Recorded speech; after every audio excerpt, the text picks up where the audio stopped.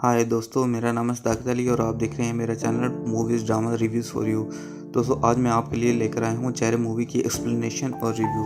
बहुत ही ज़बरदस्त मूवी है दोस्तों। इसमें थ्रिलर है, मिस्ट्री है, तो वीडियो को आखिर तक ज़रूर देखिएगा, आपको बहुत मज़ा आएगा। उससे पहले एक रिक्वेस्ट दोस्तों, अगर आप मेरे चैनल में नए हैं तो मेरे चैनल को सब्सक्राइब कर दें और बेल आइकन पर ज़रूर क्लिक कर दें ताकि मेरे आने वाली हर अपडेट आपको मिलती रहे। मूवी के स्टार्ट में आपको दिखाया जाएगा दिल्ली से 280 किलोमीटर पहले समीर मेहरा कार ड्राइव करते हुए कहीं जा रहा होता है। बर्फबारी अपने ज़ोर पर होती है। वो रास्ते में रास्ता पूछने के लिए एक आदमी के पास रुकता है, फिर वहां से निकल पड़ता है। कुछ देर बाद रास्ते में एक दरख्त गिर पड़ता है। उस दरख्त गिरने के बाद वही आदमी जिससे भी थोड़ी देर पहले समीर मेहरा ने रास्ता पूछा है वो दोबारा आ जाता है। ये वही आदमी होता है जिसने थोड़ी देर पहले समीर मेहरा को रास्ता बताया होता है। इसका नाम गुल्लड़ होता है। समीर इनसे होटल का रास्ता पूछता है। वहाँ तो गिनती के 2 से 4 घर ही होते हैं। गुल्लड़ अपने दोस्त के घर जा रहा होता है। समीर मेहरा को अपने साथ जाने को कहता है क्योंकि तेज बर्फबारी की वजह से, रुकावट की वजह से ये दोबारा कब खुलता है ये किसी को मालूम नहीं था। समीर गाड़ी से फोन निकालता है लेकिन गलती से अपनी गाड़ी की चाबी वहीं गिरा देता है। घर में जाने के बाद समीर जगदीश आचार्य से मिलता है। वहाँ एक ऐना नाम की लड़की भी होती है। घर में हरिया नाम का एक और आदमी भी होता है। समीर को पता चलता है गुल्लड़ के सारे दोस्त रिटायर्ड हैं और वो किसी न किसी तरह कोर्ट से जुड़े हुए हैं। जगदीश आचार्य रिटायर्ड जज होते हैं जबकि गुल्लड़ एक रिटायर्ड वकील। ऐना समीर को रम देती है, फिर फ्रेश होने के लिए वो समीर को कहती है। इतनी देर में समीर अपनी वाइफ को फोन करने के लिए घर का रिसीवर उठाता है, इसे बता सके कि एक हादसा पेश आया है, लेकिन उस घर का लैंडलाइन बिल्कुल डेड हो चुका होता है। ना ही समीर के मोबाइल पे नेटवर्क आ रहा होता है। समीर एक फिल्म की शूटिंग की वजह से आया था जिसकी वजह से उसकी बेगम एक रिजॉर्ट पर रुकी हुई थी। जब समीर गेस्ट रूम में जाता है तो वो ऐना को एक तितली देता है जिसे देखकर वो खिलखिलाकर हंसने लगती है। दोस्तों, इतनी ही देर में इस फिल्म के मेन कैरेक्टर लतीफ़ ज़ैदी साहब आते हुए दिखाई देते हैं। जब समीर नीचे आता है तो वो समीर को उसकी कार की चाबी देते हैं जो समीर गलती से वहीं पर भूल आता है। लतीफ़ ज़ैदी साहब समीर का सिगरेट का केस भी नोटिस कर लेते हैं जो कि समीर को उसकी गर्लफ्रेंड ने गिफ्ट किया हुआ होता है। समीर लतीफ़ को कहता है कि आप लोग तो यहाँ पर बोर हो जाते होंगे, तो सब बताते हैं कि रिटायरमेंट के बाद हम वाकई बोर हो जाते थे, लेकिन हमें गेम ने जिंदगी में वापस लाकर खड़ा कर दिया है। समीर ने सोचा होगा कि बुढ़ापे में शतरंज या तो ताश ही खेलते होंगे, लेकिन गुल्लड़ समीर को कहता है कि हम लोग रोजाना शाम को इकट्ठे होकर कोर्ट प्रोसीडिंग करते हैं, यानी ये लोग पहले से सोल्व केस को दोबारा से ऑब्जर्व करते हैं, इनेक्ट करते हैं। लतीफ प्रोसिक्यूशन की तरफ से दलील पेश करता है जबकि गुल्लड़ साहब डिफेंस की तरफ से। जगदीश इन बयानात पर अपना फैसला सुना दिया करते हैं। इनका सिर्फ एक मकसद जस्टिस होता है। समीर को ये सब बातें बड़ी इंटरेस्टिंग लगती हैं और वो भी इनके साथ खेलने को तैयार हो जाता है। आज ये फूलन देवी का केस लड़ने लगते हैं। समीर कहता है जो इंसान दुनिया में है ही नहीं उसका केस लड़ने का क्या फायदा, अगर वर्डिक्ट बदल भी जाए तो उसका क्या फायदा। वो लोग गेम चेंज करते हैं और समीर को मुजरिम का रोल अदा करने को कहते हैं, लेकिन समीर कहता है मेरी जिंदगी खुली किताब है और मैंने आज तक कोई जुर्म नहीं किया। लतीफ़ ज़ैदी सब समीर को कहते हैं खुली किताबें पढ़ना उनका मशगला है। लतीफ़ ज़ैदी ये भी कहते हैं कि ये गेम कोई भी बीच में छोड़कर नहीं जाएगा, ये इस गेम का रूल है। समीर कहता है ऐसी गेम का फ़ायदा ही क्या अगर खिलाड़ी उसे अधूरा छोड़कर चला जाए। समीर गेम शुरू करता है। मुकदमा शुरू करने से पहले गुल्लड़ समीर को अपने क्राइम बताने को कहता है। समीर ने तो पहले बता दिया था कि उसने कभी कोई क्राइम किया ही नहीं। गुल्लड़ कहता है अगर समीर खुद कोई क्राइम नहीं बताएगा तो इस सिचुएशन में लतीफ़ ज़ैदी साहब कोर्ट में अपनी मर्जी से कोई इल्ज़ाम लगा देंगे। गुल्लड़ के सवाल पे समीर तैयार हो जाता है। उनके घर में एक जोक नाम का एक सर्वेंट भी होता है जो गूंगा तो होता है लेकिन बहरा नहीं होता। एक दरिंदे ने जो की सिस्टर का रेप किया था, जो ने उस शख्स को मार डाला था और इसकी सजा भुगतने के लिए वो 7 साल तक जेल में रहा और सजा काट कर बाहर आ चुका था। दोस्तों, अगले लम्हे में कार्रवाई शुरू होती है। लतीफ़ ज़ैदी साहब पूछते हैं कि आपकी शादी को कितना अरसा हो चुका है। वो कहता है 6 साल और एक 5 साल का बेटा भी है हमारा। वो मोबाइल फोन पर उन्हें तस्वीर भी दिखाता है।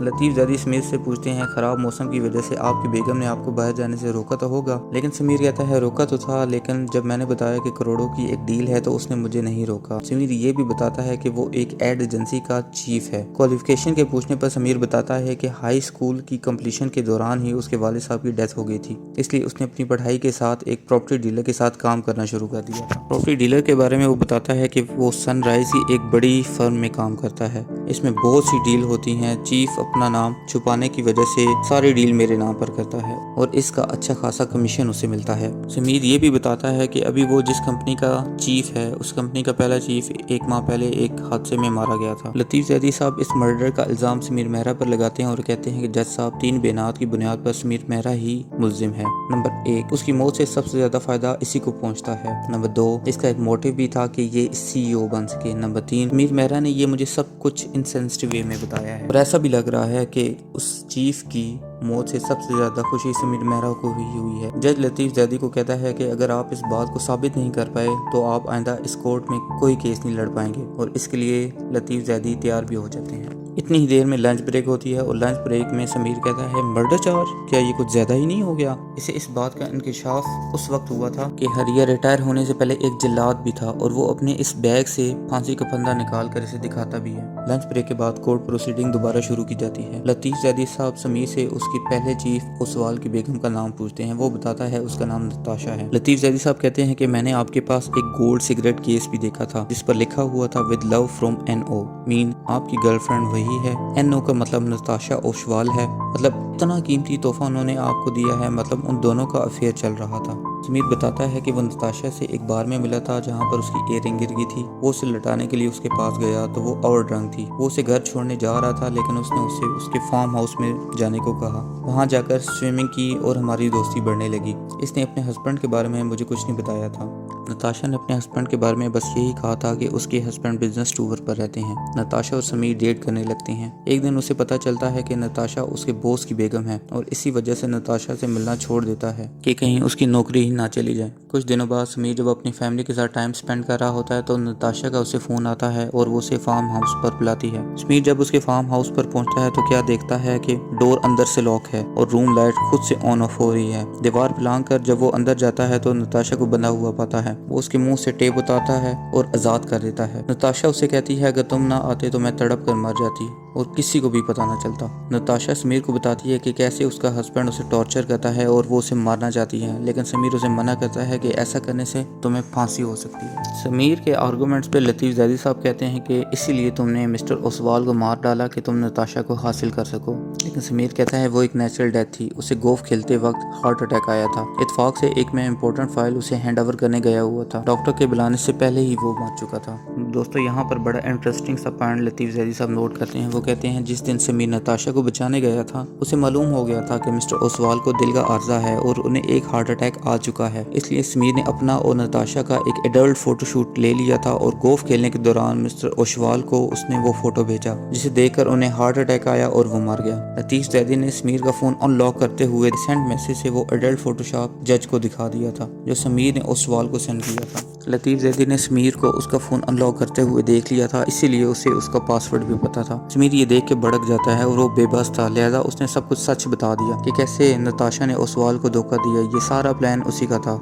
जब ओसवाल को हार्ट अटैक आता है तो सब डॉक्टर को बुलाने जाते हैं, लेकिन नताशा ने एक पोटाशियम इंजेक्शन उसे दे दिया था जिसकी वजह से ओसवाल की डेथ हो गई थी। उसके मरने के बाद अगला CEO नताशा ने मुझे बना दिया था। फिर कुछ अरसे बाद मैंने इसे एक और आदमी के साथ देखा, ये उसका लॉयर था। ये सब प्री प्लान था। जिस दिन मैंने इन दोनों को पकड़ा वो बातें कर रहे थे कि ओसवाल के मरने के बाद नताशा को $5 मिलियन मिलने वाले थे और उसके साथ वो कंपनी की और फार्म हाउस की सोल ओनर बनने जा रही थी। मैंने इन दोनों की बातों को रिकॉर्ड कर लिया था। नताशा मुझे गन से मारने वाली थी, वो गन तो मैंने छीन ली और 2.5 करोड़ कैश की डिमांड की। मैंने उसे कुछ वक्त की मोहलत भी दे दी। जाते हुए मैंने उसके फ्रेंड से ये गोल्ड केस सिगरेट भी ले लिया था। वहाँ से निकलते वक्त मैं नताशा की ऑडी लेकर यहाँ चला आया क्योंकि मुझे हिल स्टेशन में एड फिल्म शूट करनी थी।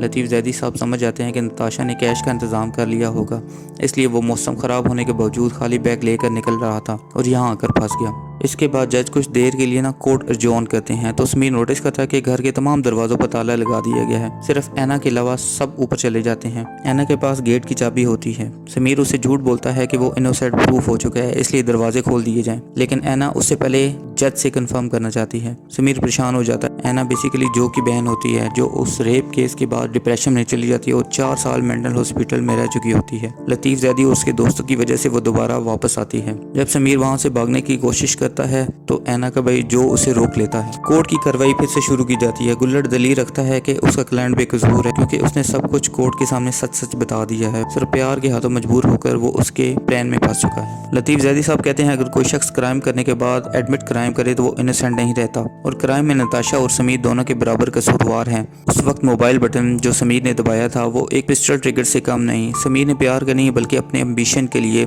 ये सब कुछ किया है ताकि वो CEO बन सके। इसने मर्डर प्लान में नताशा का साथ दिया है। इसका ज़मीर मर चुका है और जिस शख्स का ज़मीर मर गया हो उसे सजाए मौत ही देनी चाहिए। जज सारे बयानात को मद्देनजर रखते हुए अपना वर्डिक्ट पास करता है और समीर को सजाए मौत का हुक्म दे देता है। ये सब देखकर समीर परेशान हो जाता है और वो गुस्से में बोलता है कि आप लोग कैसे किसी को फांसी दे सकते हैं, आप लोग भी क्रिमिनल हैं। उस वक्त लतीफ़ जैदी साहब समीर को बताते हैं कि ये पूरा घर सर्वेलेंस में है, यहाँ पर जगह जगह CCTV कैमरे लगे हुए हैं। कल इसकी एक हार्ड कॉपी हाई कोर्ट और दूसरी हार्ड कॉपी क्राइम ब्रांच में जाएगी। सजा हम आपको बिल्कुल कानूनी तौर पर ही दिलवाएंगे। ये सुनकर समीर अपनी गन निकालता है, सबको गन पॉइंट पर कहता है और ताला तोड़कर बाहर भाग जाता है। इसे पकड़ने के लिए लतीफ़ जैदी और उसके दोस्त भागते हैं, लेकिन वो खुद को बचाने के लिए बर्फ के दलदल में फंस जाता है। बर्फ का दलदल टूटने की वजह से वो मर जाता है और लतीफ़ जैदी साहब पुलिस को फ़ोन करके बताते हैं कि कैसे एक शख्स पहाड़ी में गिरने की वजह से अपनी जान दे बैठा है। अगले दिन नताशा उसी घर आती है क्योंकि नताशा को गाड़ी तो मिल गई होती है लेकिन वो मोबाइल नहीं मिलता जिसमें वो अडल्ट फोटोशूट है जो उसने समीर के साथ खिंचवाया था। इसकी बिना पर नताशा भी एक मुलजिम साबित हो सकती थी। नताशा लतीफ़ जैदी को बताती है कि वो कंपनी की प्रॉपर्टी है, वो चेक करे घर पे, अगर मोबाइल फ़ोन है तो वो उसे लौटा दे। लतीफ़ जैदी साहब नताशा को ख़राब मौसम के बायस घर पर रुकने की दावत देते हैं जिससे नताशा कबूल कर लेती हैं। वो घर में मौजूद तमाम अफराद से नताशा को मिलाते हैं और समीर मेहरा की तरह इसे भी अपना गेम प्लान बताते हैं और वो खेलने को तैयार हो जाती है। दोस्तों ये एक बड़ा इंटरेस्टिंग सा एंड हुआ था और आप लोग भी जान गए होंगे कि आगे नताशा के साथ क्या हुआ होगा। आई होप आपको ये एक्सप्लेनेशन पसंद आई होगी। अगर आपको मेरी ये कोशिश अच्छी लगी है तो प्लीज़ प्लीज़ प्लीज़ मेरे चैनल को लाइक और सब्सक्राइब कर दें। प्लीज़ कमेंट सेक्शन में अपनी राय का इजहार ज़रूर करें और stay tune, stick together with me, I will catch you. Thank you so much.